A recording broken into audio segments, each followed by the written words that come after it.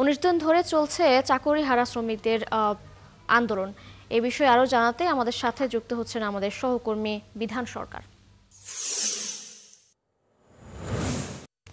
বিধান, শ্রমিক উত্তেজনা চলছেই।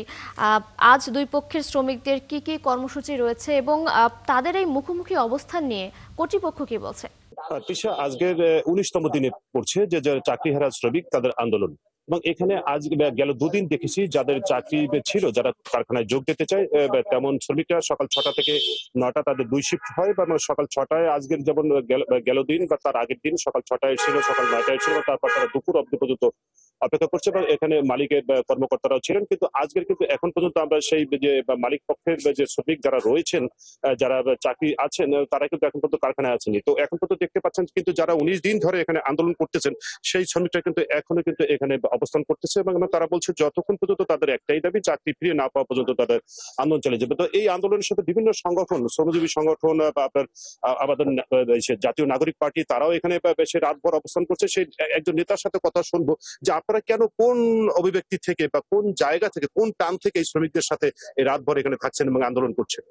আসলে বিষয়টা হচ্ছে, আমি আমাদের দায়িত্ববোধ থেকে এবং মানবিক দিক থেকে যে 24-এর গণঅভ্যুত্থানের পরে যে একটা বৈষম্যহীন বাংলাদেশের স্বপ্ন আমরা দেখেছি, সেই বৈষম্যহীন বাংলাদেশ বিনির্মাণের লক্ষ্যে শ্রমিকের সাথে যে বৈষম্য করা হচ্ছে মালিক পক্ষের, তারই ফলশ্রুতিতে আজকে আমরা তাদের সাথে একাত্মতা প্রকাশ করার জন্য জাতীয় নাগরিক পার্টি এনসিপি শ্রমিক শক্তির পক্ষ থেকে আমরা এখানে এসেছি এবং তাদের ন্যায্য দাবির পূর্ণাঙ্গ সহযোগিতা এবং সম্পূর্ণ সহযোগিতা আমরা জাতীয় নাগরিক পার্টি এনসিপি থেকে তাদের সম্পূর্ণ সহযোগিতা করবো ইনশাল্লাহ।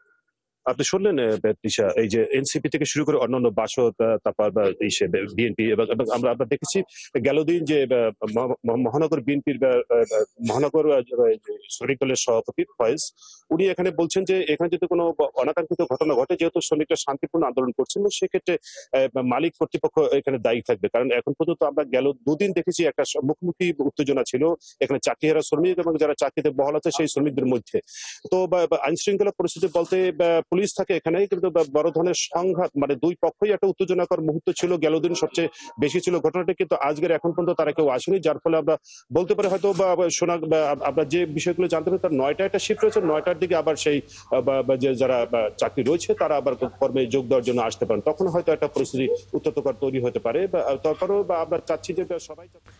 বিধান, ধন্যবাদ আপনাকে যুক্ত হবার জন্য। আপনি সঙ্গেই থাকুন, নিশ্চয় পরবর্তীতে আমরা আবারও আপনার সাথে যুক্ত হব। দর্শক, বরিশাল থেকে যুক্ত ছিলেন আমাদের সহকর্মী বিধান সরকার।